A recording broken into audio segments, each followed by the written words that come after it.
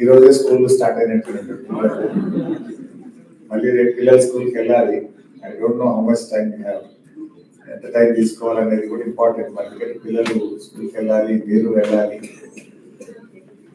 Weekend అయి ఉంటే మనం రేపు ఈవినింగ్ 11 అయినా పర్వాలేదు ఉండేది. బట్ మిత్రులేమో కాలుష్యం మీద మాట్లాడాలి, రన్నింగ్ పొలిటికల్ సబ్జెక్ట్స్ అన్ని మాట్లాడాలని మీరు ఎక్స్పెక్ట్ చేస్తున్నారు.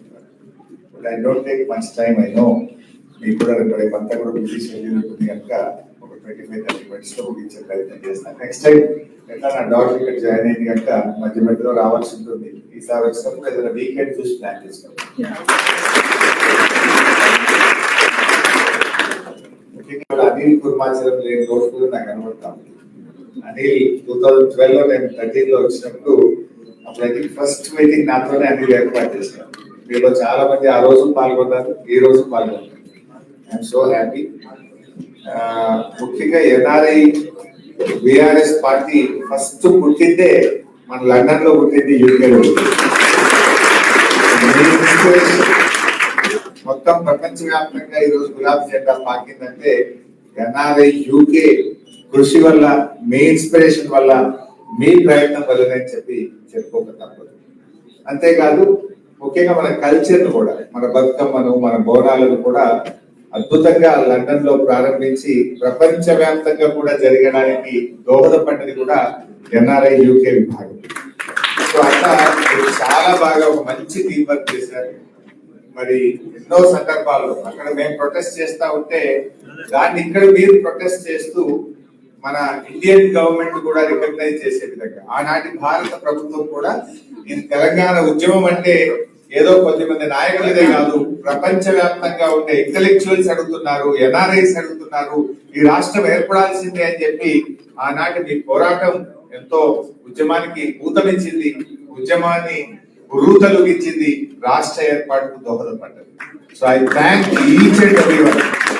ఆ రోజు నుంచి ఈ రోజు వరకు కేసీఆర్ గారి నాయకత్వానికి సపోర్ట్ చేస్తూ ఈ గులాబ్ జెండాను ముందుకు తీసుకుపోయిన మా యూకే ఎన్ఆర్ఐ విభాగం ఈ రోజు మీటింగ్ లో ఉండొచ్చు, ఉండకపోవచ్చు, కష్టపడ్డ ప్రతి ఒక్క వ్యక్తికి నేను యావత్ తెలంగాణ ప్రజల పక్షాన, బిఆర్ఎస్ పక్షాన వారికి హృదయపూర్వక ధన్యవాదాలు తెలియజేస్తాను.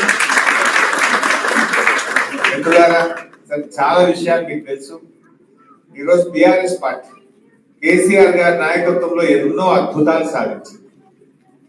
ఒకప్పుడు భారతదేశంలో ఏముండేదంటే బెంగాల్ ఆచరిస్తుంది, దేశం అనుసరిస్తుంది అనేవారు.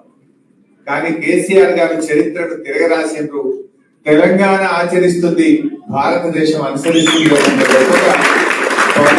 చేసి చూపించారు కేసీఆర్. ఇదేదో పొలిటికల్ స్పీచ్ కాదు. మీరు లాస్ట్ 10 years లో చూస్తే, మీరు గూగుల్లో సెర్చ్ చేస్తే పర్ క్యాపిటల్ ఇన్కమ్ లో మన తెలంగాణ రాష్ట్రం దేశంలో అగ్రగామిగా ఉంటుంది. పర్ క్యాపిటల్ పవర్ కన్జంప్షన్ లో ఇండియాలో మనం టాప్ 2-3 లో ఉంటాం. మన జిఎస్డిపి గ్రోత్ రేట్ లో ఇండియాలో ఏ స్టేట్ కూడా మన దరిదాపుల్లో కూడా జిఎస్డిపి గ్రోత్ రేట్ లో ఉండదు. ఎవ్రీ హౌస్ హోల్డ్, ప్రతి ఇంటికి స్వచ్ఛమైన త్రాగునీరు అందించింది కేసీఆర్ గారు. యాక్చువల్ గా మన ఎలక్షన్ మేనిఫెస్టోలో పెట్టలే, కానీ కేసీఆర్ గారు తనకు తానే డెడ్ లైన్ పెట్టుకున్నాడు. ఓ రోజు అసెంబ్లీలో మాట్లాడుతూ వచ్చే 3 ఏళ్లలో ప్రతి ఇంటికి త్రాగునీరు ఇవ్వకపోతే మళ్ళీ ఎన్నికల్లో పోటీ చెయ్యము అని చెప్పాడు కేసీఆర్.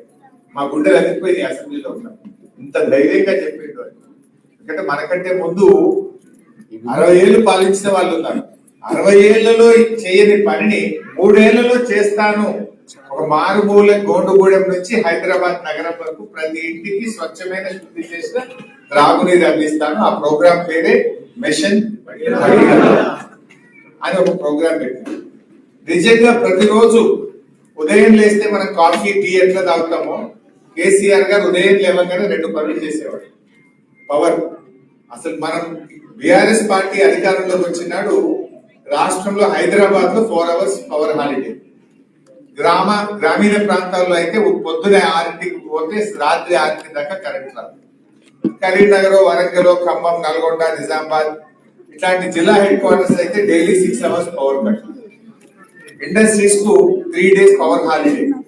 ఆ సిచ్యువేషన్ లో రాష్ట్రం ఏర్పడ్డది. కానీ 1 year లో, ఎగ్జాక్ట్లీ ఇన్ ఎ ఇయర్, అది గ్రామీణ ప్రాంతమా, పట్టణ ప్రాంతమా, హైదరాబాద్ నగరమా, అది పరిశ్రమల, గృహ అవసరాల, వ్యవసాయమా, ఎవ్రీ కన్స్యూమర్ 24/7 క్వాలిటీ పవర్ ఒక్క సంవత్సరంలో ఇచ్చి చూపించాడు కేసీఆర్. 60 ఏళ్లలో దాని పని ఒక్క సంవత్సరంలో చేసి చూపించింది బీఆర్ఎస్ ప్రభుత్వం. అంటే అది కమిట్మెంట్, డెడికేషన్. ఉదయాన్నే మనం కాఫీ తాగినట్టు కేసీఆర్ గారు పొద్దున్న లేవగానే ఇలా పవర్ డిమాండ్ ఎంత, ప్రొడక్షన్ ఎంత, what is the gap, how to meet it out, ఎంత పర్చేస్ చేయాలి అవసరమే. కానీ ఉదయాన్నే ఫస్ట్ తన ఐప్యాడ్ తీసుకొని పవర్ డిపార్ట్మెంట్ చూసేవారు, దెన్ మిషన్ భగీరథ ప్రోగ్రెస్ చూసేవారు. ఇట్లా ఒక డెడికేషన్ తో పనిచేస్తారు. Not like a chief minister, he work like a CEO of an organization. అంత డెడికేటెడ్ గా, ఫోకస్డ్ గా పనిచేయడం వల్ల ఆ రకమైన అద్భుతమైన ఫలితాలు వస్తాయి. సో మనం చేసిన తర్వాత ఇండియా, భారత ప్రభుత్వం తెలంగాణ వైపు చూసింది. ఆ మిషన్ కాకతీయని రిప్లేస్ చేసి హర్ ఘర్ కో జల్ అని ఒక ప్రోగ్రామ్ స్టార్ట్ చేసింది. ఇండియా మొత్తం కూడా మేము నీళ్ళు ఇస్తాం. ఫస్ట్ టార్గెట్ 2020 పెట్టిండ్రు, 23 పెట్టిండ్రు, ఇప్పుడు 25 పెట్టిండ్రు, మళ్ళీ ఇప్పుడు 28 కు ఎక్స్టెండ్ చేసింది. 3 ఏళ్లలో చేస్తామంటే కేసీఆర్ 3 ఏళ్లలో చేశారు. 10 ఏళ్ళు అయినా కూడా ఇంకా భారతదేశంలో ఆ ప్రోగ్రామ్ ఇంకా పూర్తి కాలేదు. సరే, అఫ్ కోర్స్ మనము ఈ దేశానికి ఉపయోగపడ్డాం, ఈ దేశానికి మార్గదర్శకంగా నిలిచాం. మనం పెట్టిన పేరు మిషన్ భగీరథ, కేంద్ర ప్రభుత్వం పెట్టింది హర్ ఘర్ కో జల్. ఈ రోజు ఒక 70-80% ఆఫ్ ఇండియా కంప్లీట్ అయింది. ఇంకో 20% ఉంది, ఇంకో 2-3 ఇయర్స్ లో కావచ్చు. అది తెలంగాణ రాష్ట్రం, బీఆర్ఎస్ పార్టీ ఈ దేశానికి ప్రతి ఇంటికి త్రాగునీరుకు మార్గదర్శకమైంది. అలాగే మనం ఇంకో ప్రోగ్రామ్ చేశాం, దట్స్ కాల్డ్ మిషన్ కాకతీయ. తెలంగాణలో చాలా చెరువులు ఉంటాయి. మనందరం ఏదో ఒక గ్రామం నుంచి వచ్చిన వాళ్ళమే, ప్యాకెట్ ఏదో ఒక ఊరు ఉంటుంది మనకు. సో ఏ ఊర్లో పోయినా 10 చెరువులు, 20 చెరువులు, 30 చెరువులు ఉంటాయి, కుంటలు, చెరువులు. సో అవన్నీ కూడా ఉమ్మడి ఆంధ్రప్రదేశ్ లో పట్టించుకోకపోతే మనం మిషన్ కాకతీయ అనే ఒక ప్రోగ్రామ్ స్టార్ట్ చేసి renovation and restoration of village tanks. అందులో నీళ్లు బాగుంటే గ్రౌండ్ వాటర్ టేబుల్ పెరుగుతుంది, బావుల్లో నీళ్లు ఉంటాయి, బోర్లలో నీళ్లు ఉంటుంది, వ్యవసాయం బాగా అభివృద్ధి చెందుతుంది. అందరికీ కూడా, పశువులకు, పక్షులకు, ముఖ్యంగా చేపలు అంతా కూడా ప్రజలు, గ్రామీణ పల్లె ప్రజలందరికీ ఉపాధి అవకాశాలు దొరుకుతాయి. సో ఆ ప్రోగ్రామ్ బాగా చేసాం మనం. ఒక వార్ ఫుటింగ్ లో దాదాపు 30,000 చెరువులను 3 సంవత్సరాల్లో రిస్టోర్ చేసిన మిషన్ కాకతీయ. ఆ ప్రోగ్రామ్ మొత్తం దేశం యొక్క దృష్టి ఆకర్షించింది.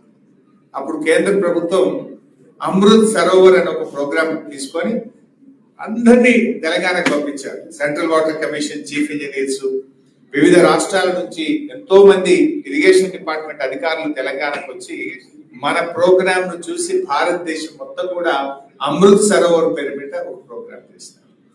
సో అట్లా ఒకటిగా మన రైతుల కోసం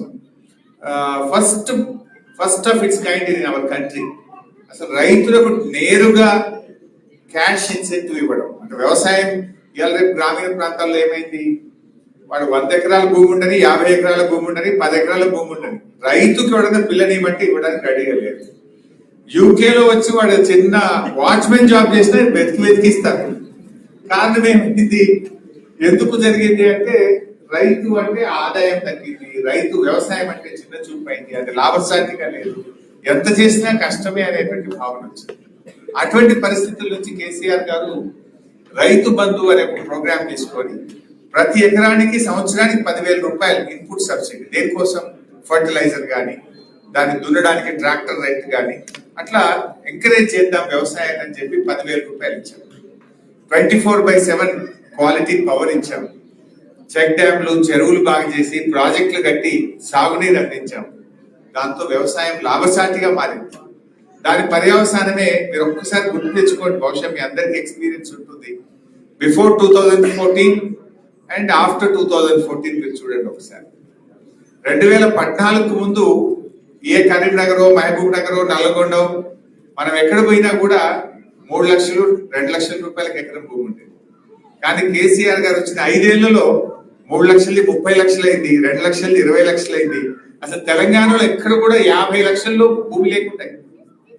సో అట్లా రైతు బంధు అనే మనం స్టార్ట్ చేసిన ప్రోగ్రామ్ గవర్నమెంట్ ఆఫ్ ఇండియా కూడా ఆలోచించి ఇది మంచి ప్రోగ్రామ్ అని చెప్పి దాని పేరు మార్చి పిఎం కిసాన్ యోజన పేరు మీద దేశం మొత్తం కూడా రైతు బంధును రిప్లికేట్ చేసినారు. Like that every program Telangana ఆచరిస్తుంది, భారతదేశం అనుసరిస్తుంది అన్నంత గొప్ప పేరు మన రాష్ట్రానికి